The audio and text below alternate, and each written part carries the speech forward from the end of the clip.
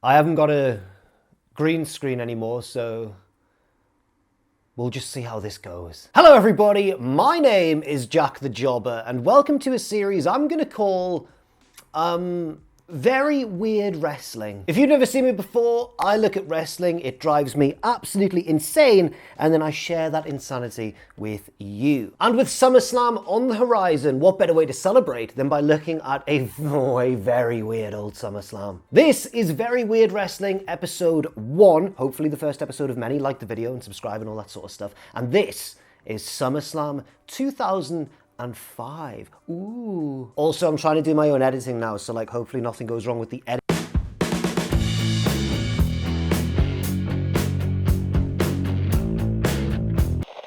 Okay, here's the various different feuds heading into the show, and I'll share each one in a bit more detail when we get to each individual match. But these are the big ones you need to know. John Cena is defending the WWE title against Chris Jericho, big match. Batista is defending the World Heavyweight Championship against JBL, big match. And the Undertaker is taking on Randall Orton, big match. All big matches. I'm more excited for some of the smaller matches though. The main event is a clash not just between generational megastars, two of the biggest in WWE history, but also two of the pettiest and most dominant backstage politicians in company history as well. Intriguing. We've also got Edge versus Matt Hardy. That's exciting because one of their girlfriends literally had an affair with the other one, so that's pretty big. And finally, I've got 5 words for you, and they are 5 of the most exciting words in all of WWE history. Say them with me. Custody of Dominic Mysterio custody of Dominic ladder match. That's 5, that'll do. Yeah, we're going to find out who a child's legal father is by virtue of the result of a professional wrestling match on a WWE pay-per-view. There is nothing like this... Squirtle, no. There is nothing like this art form on the entire planet. I'm gonna pick Squirtle up now. Squirtle was too far away and I don't want to mess with this setup, I'm a bit paranoid. Our 3 announce teams say hello to start the show. We've got Raw, SmackDown, and the Spanish announce team as well. Lovely to see all of them. I just have one question and one question only. Jonathan Coachman, why are you so damn smug? Why are you so pleased with yourself, Coach? Wipe that look off your face, yeah? You're going to lose a street fight to Batista about 2.5 months after this show, so let's just all calm down, shall we? Now, the enthusiasm is immediately drained from my soul when I realise that the opening match of the night is mid-card heel Orlando Jordan defending his United States title against a Canadian man that we've all heard of. It's not the way I wanted to kick off this series. On the other hand, it's not a long match at all. I'll explain what happens right now. During the opening exchange, Jordan punches Benoit in the throat, fair enough. Benoit hits one German suplex, slaps on the crossface, and wins the title in about 25 seconds. I think we can all agree that SummerSlam 2005 is off to a very exciting start. We've had less than a minute of wrestling action, and we've already seen one title change and a throw punch as well. 2 equally exciting things. I got punched in the throat once. This is a real story. I was on a night out back when I was working at What Culture, and I was quite drunk, and I think there was kind of a middle-aged man at the bar who was quite annoyed by our group, and I provoked him. I laughed at him quite a lot, and I learned my lesson because he straight up socked me in the throat, yeah. It's a great story. We head to the locker room now where Eddie Guerrero is warming up for the, once again, very exciting custody of Dominic ladder match. The story is this. Eddie Guerrero used to be friends with Rey Mysterio, and now they are not friends anymore. That's because the very twisted and evil heel Eddie Guerrero revealed a secret in the build-up to this event. Dominic, Rey's son, is not Rey's biological son. He's Eddie's biological son, and Rey adopted him as a baby. Now, Eddie wants custody of Dominic. Rey doesn't agree. They're both at loggerheads, and they are allowed to settle this in a pro wrestling match for some reason. I love this sport. So yeah, Eddie's getting ready for the match in the back, and can I just say right now that Eddie Guerrero is legitimately one of my favourite wrestlers of all time. Liquid smooth in the ring, incredibly charismatic, great at being funny, great at being serious, great at being a heel, great at being a babyface. I'm a big fan of Eddie Guerrero. That's a disclaimer for what I'm about to say next. In terms of promo segments, this isn't his best performance.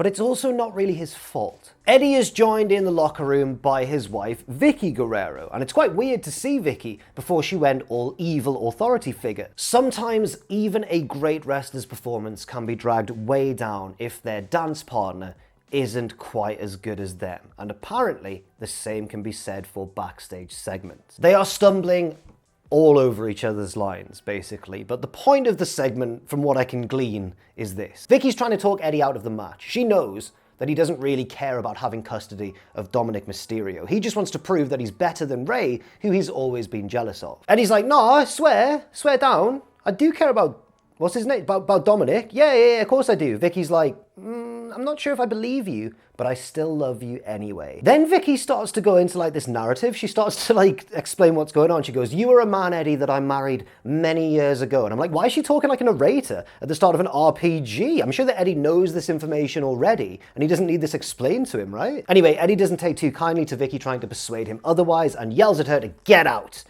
Spoiler alert, that will not be the only time Eddie is angry at Vicky in this pay-per-view broadcast. But this one was in character at least. Now the next match isn't quite Eddie versus Rey yet, but it's also another doozy. On paper. Doesn't really pan out as well. It's Lita's boyfriend Edge versus Lita's ex-boyfriend Matt Hardy. Can you see the issue here? Now I know some of you who've never seen this pay-per-view before might be thinking, oh Jack, you know, I'm sure this won't be a central issue.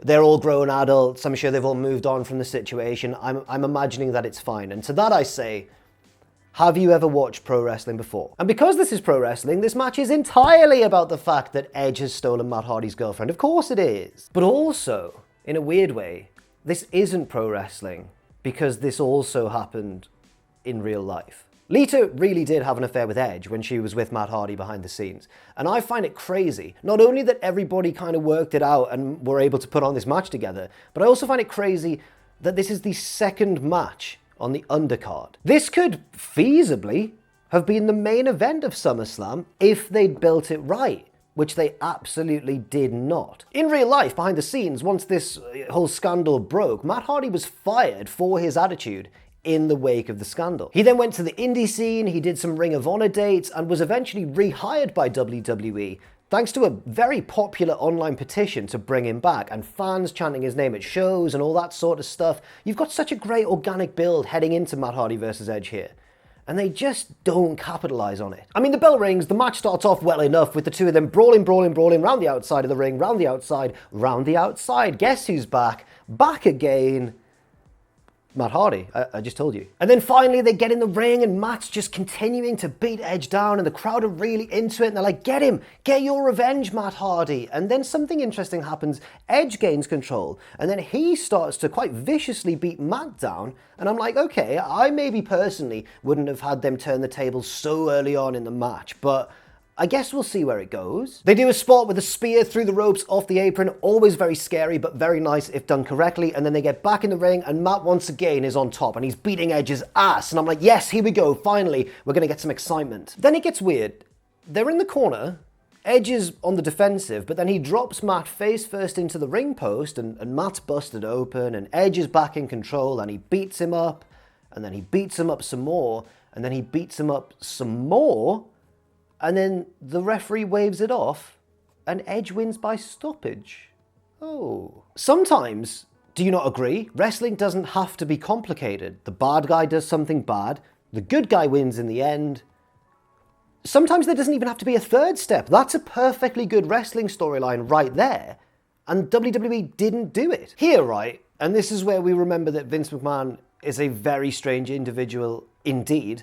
WWE had a perfectly good organic storyline fall into their laps, and they decided to do nothing with it. They had a good guy who the fans genuinely thought had been wronged, and a bad guy who the fans desperately wanted to see get his comeuppance. And they decided, let's have the bad guy win in 5 minutes via stoppage, and that's the end. Well, it's not the end of the feud, but this was deflating. I mean, Matt Hardy would go on to land a couple of blows later on in the rivalry, but Edge would win in the end. And that's it, is it? That's the point of this.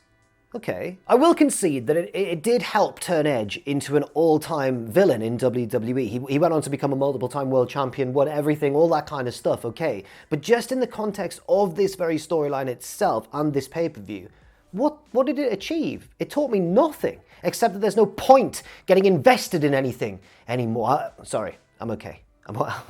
Actually, ignore me. I take back all of that negativity because guess what's next, lads? That's right, custody of Dominic ladder match. Rey versus Eddie.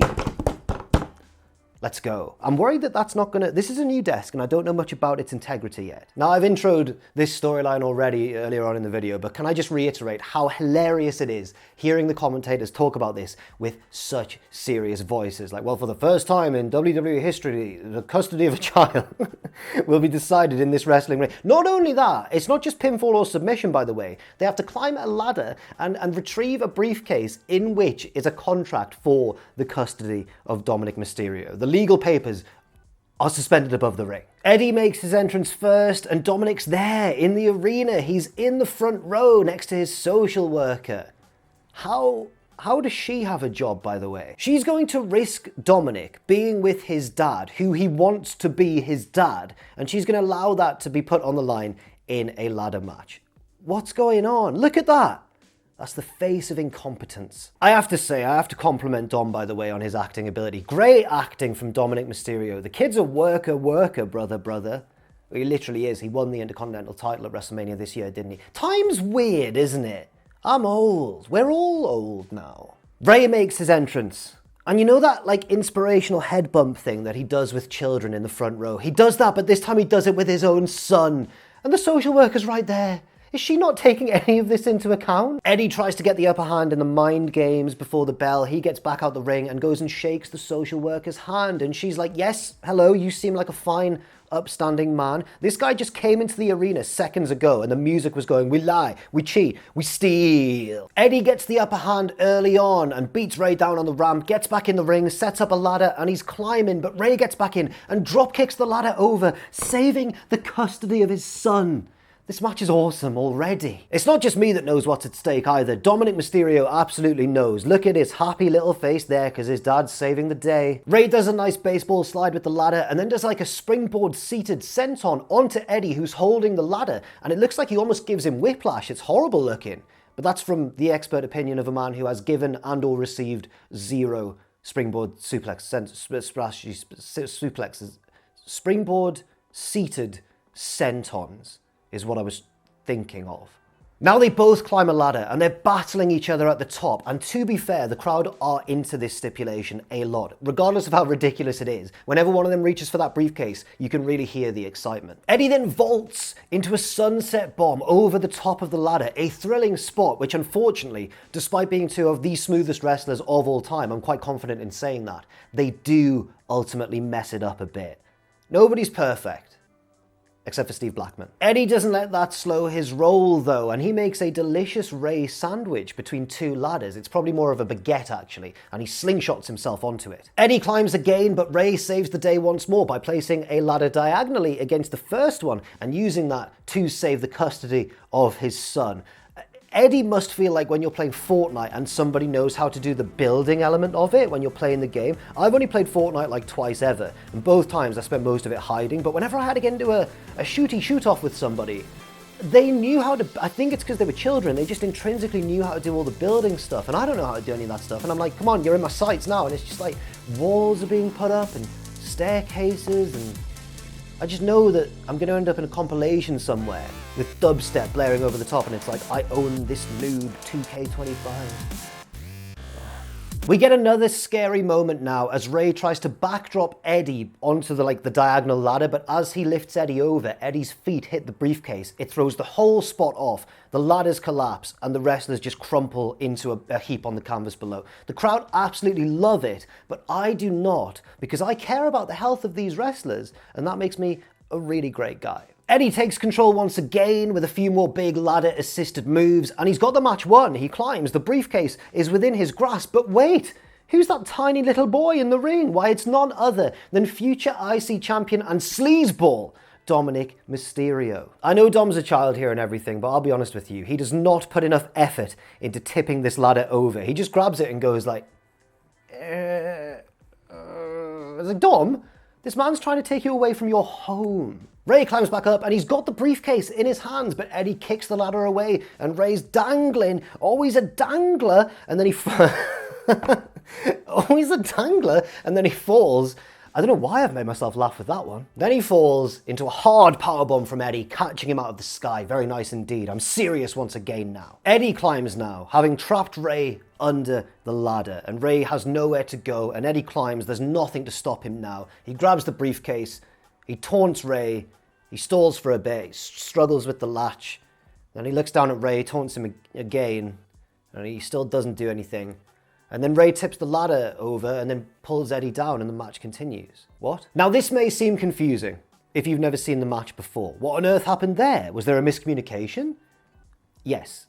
Yes, there was. As they're both laying now on the canvas selling, Eddie furiously pounds the mat, and it's been cut from the Netflix version, but if you watch the original, you can hear the audio of Eddie clearly saying, "Where the flip was Vicky?" Well, he doesn't say flip, but you know. So yeah, Eddie has very helpfully filled in the blanks for us there. His wife was meant to run out and cost him the match. Now Vicky's since denied this, saying in a now deleted tweet, "I didn't miss my cue. Rey was under the ladder and it was not safe for me to run and push the ladder. I was told to wait until Rey was out of the way. Hashtag stay in your lane." Because I think she was responding to somebody who mocked her for this. And it mustn't be nice to be mocked for a mistake you made years and years and years ago.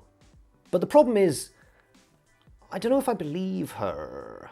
Well, somebody definitely got confused. I don't know if it was Vicky herself or a road agent or one of the guys in the match, but something definitely went wrong somewhere. And for Vicky to kind of deny that, I just don't believe it. And this is very much backed up by what happens next in the match, because about a minute later, Eddie climbs again, and here, oh my god, you'll never guess what, it's Vicky Guerrero coming out now to cost him the match, and Eddie looks down, and he is shocked to see the woman who only seconds ago he was screaming, where is she? So, the man's an actor, you know? Vicky pushes the ladder over, Eddie takes a big bump, and Rey is free to climb towards victory. But Eddie starts to recover, but then Vicky grabs him and holds him back long enough for Rey to grab the briefcase, unhook it, and once again, legally retain the custody of his son. We get a nice shot of Dom reacting, and look at the snaky social worker, look, he's back.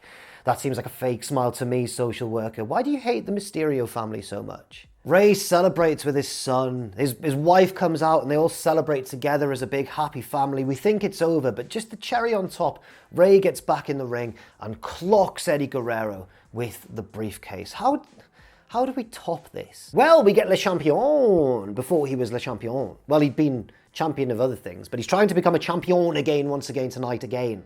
It's Chris Jericho, guys, is what I'm trying to say. Just on a high from the custody of Dominic ladder match still. Chris is interviewed before his title match against John Cena, and he says, well, Cena's theme might be the time is now, but it's actually me who, his time's up now as champion and my time's, and I'm like, Chris, the song, nice try, mate. The song's not called The Time Is Now. It's called My Time Is Now, actually. Then I Googled it, and no, he's right. It is The Time Is Now. Since when? Have I been really stupid there? Chris is a real company man here in the promo. He just hits all the beats that you want a wrestler to hit. I'll beat Cena and disappoint all the fans who he loves so much. I'll make Cena nothing more than a flash in the pan. I'm Chris Jericho. I beat The Rock and Stone Cold Steve Austin in one night. He always likes to mention that one, doesn't he? And then he even reminds us of his current gimmick or storyline, which isn't the best in Jericho's history. It's basically just, I am Eric Bischoff's little lackey boy. No one wants to be Eric Bischoff's lackey. Except maybe Ernest the Cat Miller, actually. I forgot about him. Right, a Eugene match is next. I don't really like the Eugene gimmick, never have. But I don't think I'm particularly unique. I think a lot of people don't like it. I'd say it's aged badly, but was it ever really that good to begin with? For those who don't know, the character of Eugene was Eric Bischoff's nephew, who happened to have special needs. But Nick Dinsmore, the man portraying Eugene, did not have those special needs. Was this handled with any sort of sensitivity, nuance, or depth? No, it was not. Also, his manager at the time is Christy Hemme. Well, his cheerleader is how they call it. I have no memory of this at all. Do you?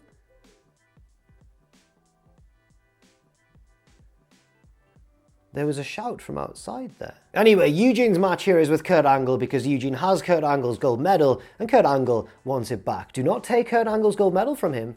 He will destroy you. Oh yes, he will. Angle doesn't want much to do with Eugene. He just wants to get this done as quickly as possible. Storms to the ring, sees Eugene, slaps him immediately. Eugene gets beaten down for a while, but then he hits a spinebuster and goes for the people's elbow. Oh yeah, I didn't mention. Eugene also steals big famous finishing moves. In an attempt, I think, to get him over, the crowd are just booing him. And I like to think that they're booing him because, like me and like many of you, they also find the gimmick distasteful. But with mid-2000s wrestling crowds, you just never know, do you? Kurt avoids the people's elbow and starts to beat Eugene down some more, German suplexes and all that jazz. But then, when he slams Eugene's head into the turnbuckle, Eugene begins to hulk up. Eugene gets a near fall off a rock bottom. Angle goes for the angle slam, but Eugene slips out the back, lands on his feet, and nails a stunner. Great sell, by the way, on the stunner from Kurt Angle. And he does one of those really nicely timed kickouts that only he can do that well, right on the stroke of 3. Eugene grabs an ankle lock now, but Kurt knows how to counter it. It's his own move. He rolls out of it, hits the angle slam, locks in an ankle lock of his own, and gets the submission victory. Not a long match at all, really. Angle grabs a chair from ringside after the bell, and I'm thinking, oh, is this some kind of heel beatdown sort of situation? No, Angle throws Eugene out the ring, sets up the chair in the middle of the canvas, and stands on it like an Olympic podium and makes the referee present him with his gold medal back. I think it's meant to be a heelish kind of act of celebration and arrogance. The crowd just like it. They just cheer him. I think more than anything, they're just relieved that he won. And I'm just relieved that it's over. Now on to something less problematic, hopefully. Oh, no. Various members of the women's division are in the back washing a limousine. And it's all, ooh, you know. Well, I don't like what I just did there. We see that the limousine has a presidential seal on it. The window rolls down. And who's inside? Yes, it's Vince McMahon. And he looks at the camera and says, "Hey, why not?" And then we hear one of the announce team chuckle because they've been told to, probably, and the camera pans around to the back and we see that the limousine has a bumper sticker reading Vince McMahon for president. Or just McMahon for president, actually, so it could have been Shane. They could have been talking about Shane. Imagine Shane McMahon as the president. Sorry guys, can't take this meeting. I'm about to jump off the White House. That would be actually sick. Yeah, this was good, guys. This was a good part of the show. He was legitimately testing the waters here, Vince, wasn't he? This was in DC, and I think Vince thought, let's see if people are keen. Next up, Randy Orton versus The Undertaker. Now, this is like part 2 of a feud that maybe didn't need a part 2. Orton had tried to break Taker's streak at WrestleMania and failed, but now they're resuming the feud here. Resuming. What's wrong with me? I guess the point of this was to give Randy a couple of wins over The Undertaker before the dead man ultimately got his revenge later on. And you could argue that Randy became a much better heel because of this storyline and because of the year 2005 in general. The counter argument is I think that Randy would have gotten there anyway, but we'll never know. I don't know. There's multiple arguments for and against it, but I know one thing. As far as a storyline goes, it's no custody of Dominic ladder match. Remember that?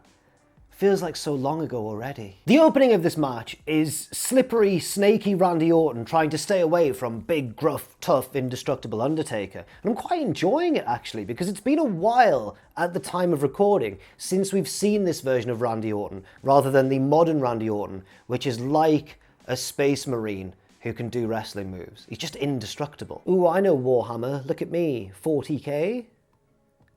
Yeah. And honestly, the more this match goes on, the more I'm enjoying it. They're keeping things really simple, but they're doing those simple things really, really well. Taker goes up for old school at one point, and Orton just drags him down, but then Taker regains control of the match with a big boot. Taker charges with another big boot attempt, but Orton moves. Taker leaps, and ends up, he lands on the top turnbuckle somehow, sat astride it. This isn't PWG Mark Calloway. What are you doing? Slow things down, kid. Grab a rest hold. Stop trying to get yourself over with these marky internet fanboys. Orton takes control of the match now with a big DDT, and he's working a limb, he's hitting the power slam, he's trying to stay in control, but it's a really interesting control segment actually. It's not a lazy one at all, because Undertaker is consistently just fighting back a little bit, enough to make Randy really work to maintain control of the match. It's a really nice dynamic, and then Taker starts to really fight back with a nice leg drop on the apron, but he's selling the leg consistently, and remember how much better Undertaker got when he was allowed to actually sell things rather than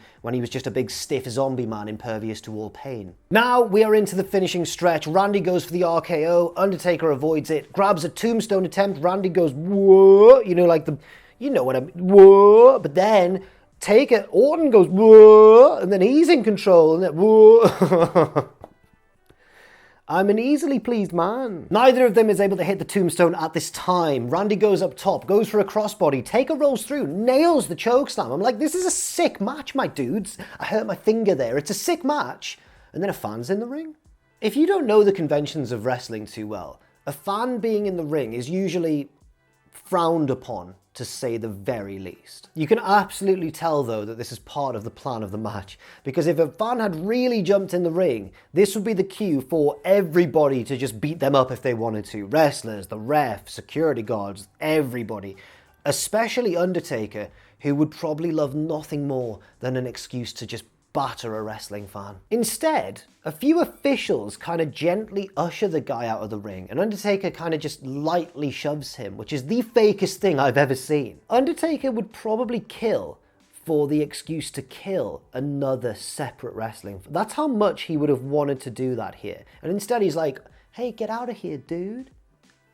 Bit Michael Jackson? I don't know. Anyway, this whole commotion has given sneaky Randy time to recover, so when Taker picks him up, bam, RKO out of nowhere. 1, 2, 3, Randall Keith wins the match. Orton celebrates with this mysterious fan on the ramp and then helps him peel off his strange Mission Impossible latex face mask thingy to reveal his dad, Cowboy Bob Orton. This would have been kind of cool. The only issue I have with it is that Cowboy Bob got involved in the WrestleMania feud as well from a few months prior, and that didn't work. Taker still won, but now this time he's gotten involved and it has worked. It's not the best rhythm of a feud I've ever known. Anyway, still a big win for Randy. I'm sure he'll go on to have a pretty decent career or whatever, and despite the finish being one of the wrestler's dads disguising as a fan and jumping the guardrail, it's still probably the least weird thing we've seen on the show so far. Oh, some celebrities are in the crowd, you guys. And remember, we're in Washington, D.C., so even more exciting, they're politicians. Yeah, yay. Nobody cares, apart from Jonathan Coachman, who's very excited for some reason on commentary, so good for him, I guess. Next up, we have the WWE title match between John Cena and the challenger, Chris Jericho. The story here is a very simple one. Cena won his very first WWE title at WrestleMania and has now moved from SmackDown over to Raw, where he has fallen afoul of the nefarious general manager, Eric Bischoff. Jericho is Bischoff's chosen champion and he really wants him to win, and he gives him a big manly handshake before he makes his entrance. And I'm like, look at the size of these blokes' hands. I have the skinniest rubbish hand. When do my adult hands grow in? Cena arrives dressed like a very specific comparison here that I'm going to try and get across to you, and hopefully you know exactly what I'm talking about. So Cena is dressed like that one kid at school who was really into Limp Bizkit, but also really into knowing the structure and the conventions of the armed forces. Do you know what I mean? Like, he's a good lad. He's harmless. Like, he's a nice lad in your class. But you wouldn't fully trust him if civil war broke out. Like, you'd want to be on his side. Absolutely. We get the rom-com poster stare down to begin with. Go on, lads. Have a little kissy, why not? They don't. They start wrestling, actually, instead. Coachman makes a crap point on... I really hate Coach for some reason. Coach makes a crap point on commentary saying, oh, well, Cena's won matches before, but he's never won on a big stage. He doesn't know how to win on a big stage like SummerSlam. Yeah, he only won at WrestleMania. So, shut up. I really hate him for some reason. The story of the match here is the very raw talent and strength of John Cena versus the more traditional pro wrestling ability of Chris Jericho, who goes for his step-up second rope clothesline thing, you know, but Cena ducks it and Jericho spills to the outside. Cena then just gets out the ring, no grace about this, no elegance at all, just charges at Jericho, just tackles him sort of near the announce table, kind of into it, and it doesn't look pretty, but it's actually kind of awesome, and Cena's just beating him down now. Jericho retakes control of the match, and the whole time that he's wearing Cena down, Coach is just laying it on thick on commentary, going like, oh, shut up, Jim Ross, you know that Jericho's the right choice for WWE Champion. I think I know what they're doing here. I think what they may be trying to do is kind of bring about a second sort of Attitude Era kind of thing, with Cena playing Austin, Bischoff being Vince, and then people like Jericho, Coachman on commentary and everything, being like the powers that be supporting this Vince evil authority figure. Which is very ironic in hindsight, given that John Cena here, the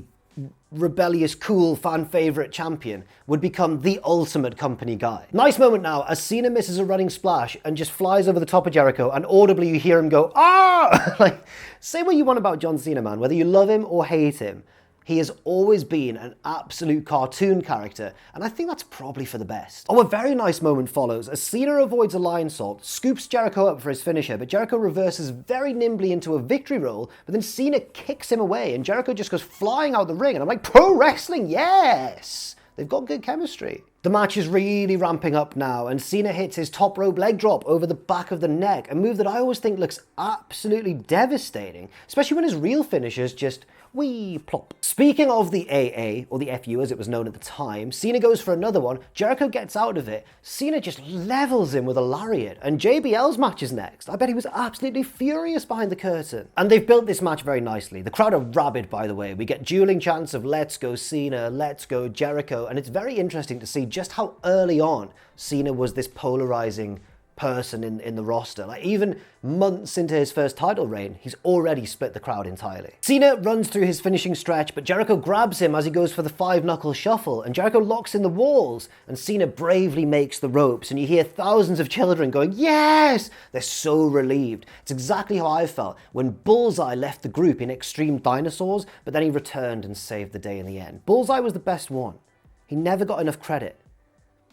Does anybody else know Extreme Dinosaurs? Jericho gets a near fall off a middle rope back suplex, and then he's starting to take control again. Cena catches him running the ropes, hits his finish, 1, 2, 3, and the crowd reaction, just look at this image, it sums it up. The kid's losing his mind, and that guy's just like, right, okay then.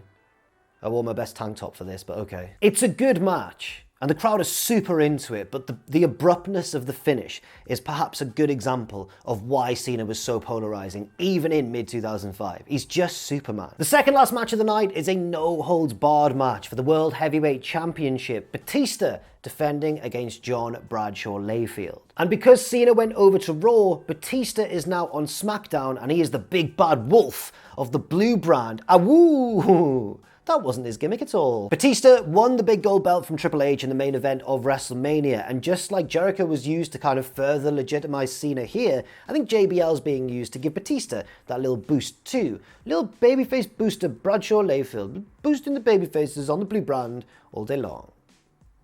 Oh man, I do this.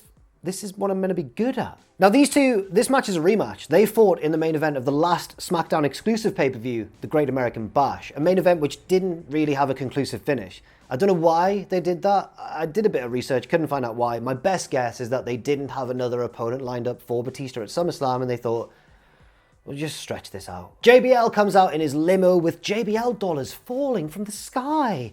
Batista's from DC. The crowd are so hyped for his entrance.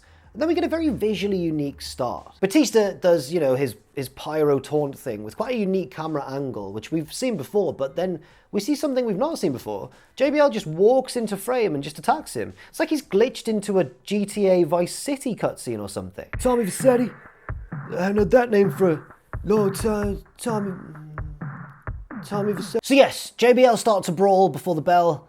This brawl does not go well for JBL. Batista hits him with the belt. Batista hits him with a fire extinguisher. Then JBL briefly regains control, which I hate, because that was a fire extinguisher he's just been hit with. He should be on Dream Street, as they say. But anyway, they keep going. Batista tackles JBL through the crowd barricade, but then when they get back to ringside, JBL takes control again and throws Batista into the ring post. I'm like, lads, what are you doing? Where's the psychology? JBL then steals the Timekeeper's belt to use as a weapon because he is wise and resourceful, a bit like Odysseus, perhaps Agamemnon's most trusted commander in the Trojan War. Now Batista gains control of this belt and starts just dishing out a bit of punishment of his own, and then just walks into a big clothesline from hell from Jonathan JBL. And it's a very well-timed near fall off the back of it, which the crowd do not bite on at all. I thought it was quite good. I thought it was placed quite nicely in the match. Like, oh my god, Batista might lose right now. Flash win for JBL. No, the crowd are that confident in their hometown boy, who does kick out, to be fair. JBL sets up the ring steps and goes for a pile driver on them, but of course Davey B gets out of it. He hits a spinebuster and the Batista bomb, and a second one onto the ring steps to pin JBL and retain the belt. Nice quick quick match, like under 10 minutes, I want to say. So yeah, we've had Cena and now Batista win fairly routine title matches back to back. I hope the main event's noteworthy at least. The main event of the show is a man named Hulk Hogan versus a man named Shawn Michaels. As I said way back in the intro of this video, they are two of the biggest WWE superstars of all time, and crucially, for very weird wrestling, they are two of the biggest backstage politicians of all time. What happens when two such egos collide?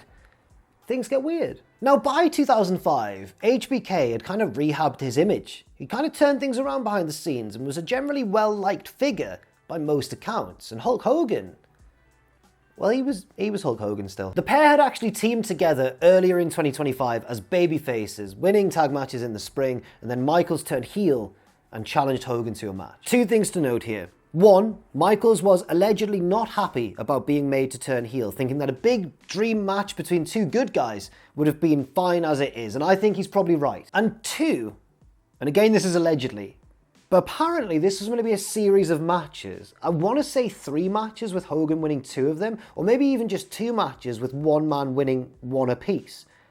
But it wasn't in the end, it was just this one. The point is that Shawn allegedly was meant to beat Hogan at some point, and then it didn't happen. And I think maybe that didn't work for someone, brother, if you know what I'm saying. What I'm saying is that Hulk Hogan probably said no. And yes, that is a bit of a spoiler for this video, because what I've said there very much implies that Hogan wins the match. And he does win this match. But it's not the result of the match that we care about here.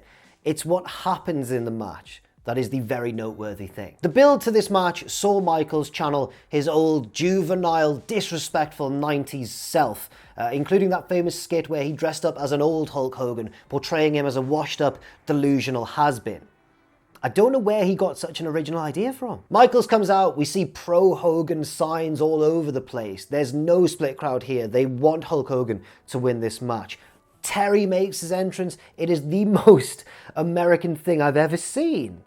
Size of that flag. Everyone knows that Shawn Michaels is American too, right? Anyway, the bell rings, and what happens in this match is basically, right, and this has been denied by Shawn Michaels, but the accusation or the rumor or the theory is that in this match, HBK massively oversells Hogan's offense to mock him. And I'm not saying that it's definitely true or anything, but Shawn's denied this as well. He denied this in an interview with my good friend Kenny McIntosh and said basically, no, I don't know where that rumor came from. It's not what I did in the match. And while Shawn seems like a cool guy in this interview with Kenny, and while I would suggest also that he had a right to be annoyed by this situation, I don't think he's being entirely truthful here. Let's see what happens in the match. Hogan shoves Michaels over 3 times at the start of the match. It's all fine so far. The third shove is a bit lighter than the other 2, and Shawn still flings himself backwards. Hogan does this face, and I think, oh, he's starting to suspect something's up. Hogan gets the better of a shoulder block exchange, and Michaels does a backwards roll into a backwards roll and lands on the outside of the ring. We're like a minute in. Shawn takes control of the match for a tiny bit, and then Hogan whips him into the corner. Somehow, Shawn ends up lying across the top rope, and Hogan's now kicking him up in the air, and Shawn's grabbing onto the ropes going, whoa!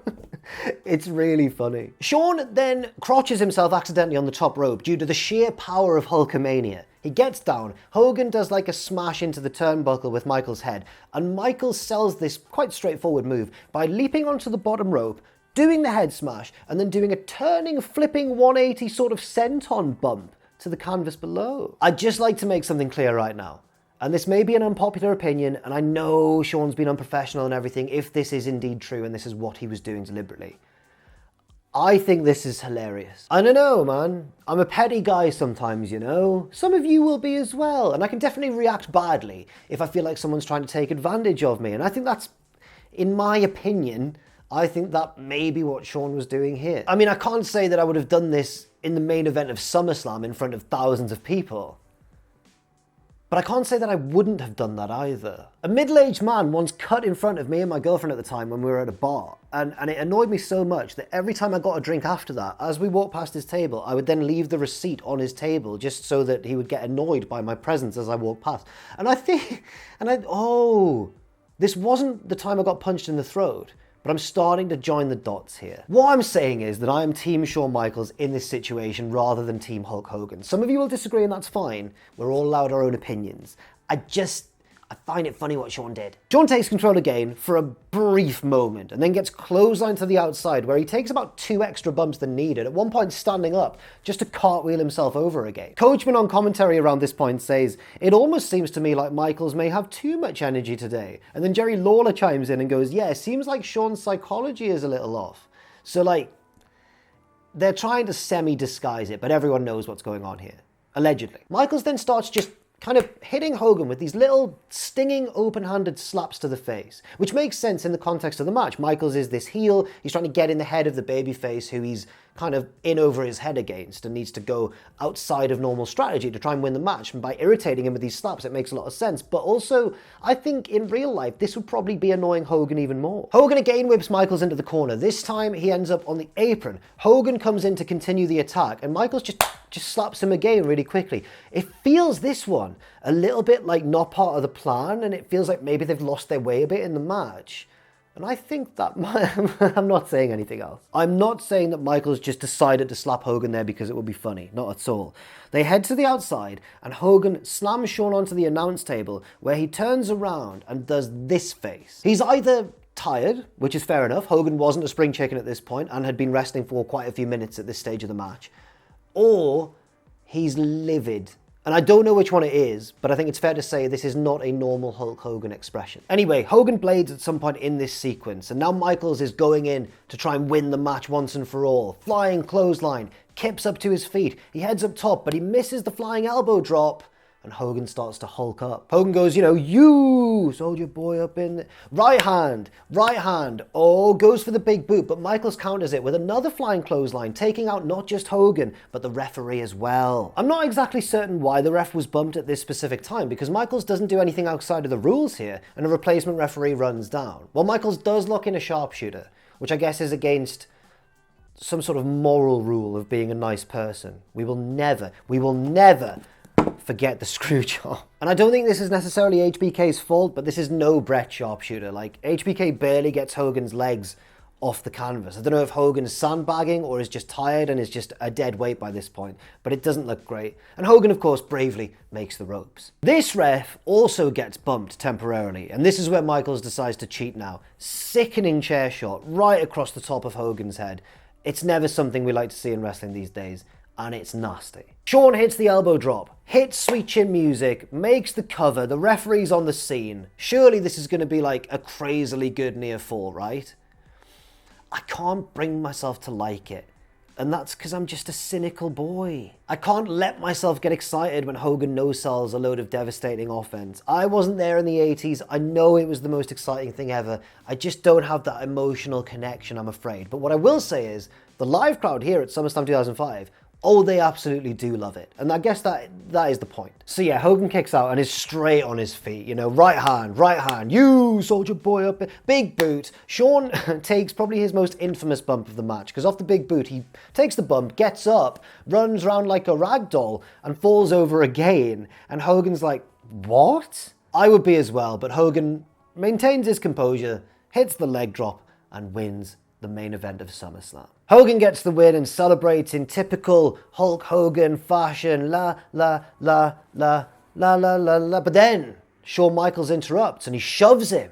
What's he gonna do? Well, he's going to turn babyface again, because this is the end of the feud. Michaels shakes Hogan's hand and says, "I needed to know, and I found out." Hogan accepts the handshake. He leads a round of applause to Shawn as he leaves the ring.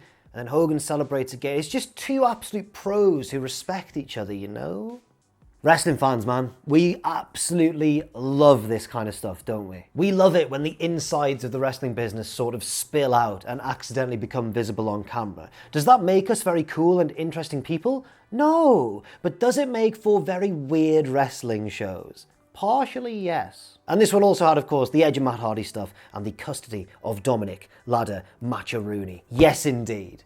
Oh, all in one show. Magnificent. Thank you very much for watching this video. I've been Jack the Jobber, and this has been the first in, like I say, hopefully, a long series. Like the video, leave comments, all that sort of stuff. Share the video around, whatever you want to do. And thank you so much for watching. I hope this has been okay. I'm not an editor, but I'm trying to learn. And yeah, just a sincere thanks. Thank you very much, guys. It's bloody AJ Smiles, he's back. That's one for the old viewers I've been doing this for a long time. Thanks for watching, and I'll see you next time.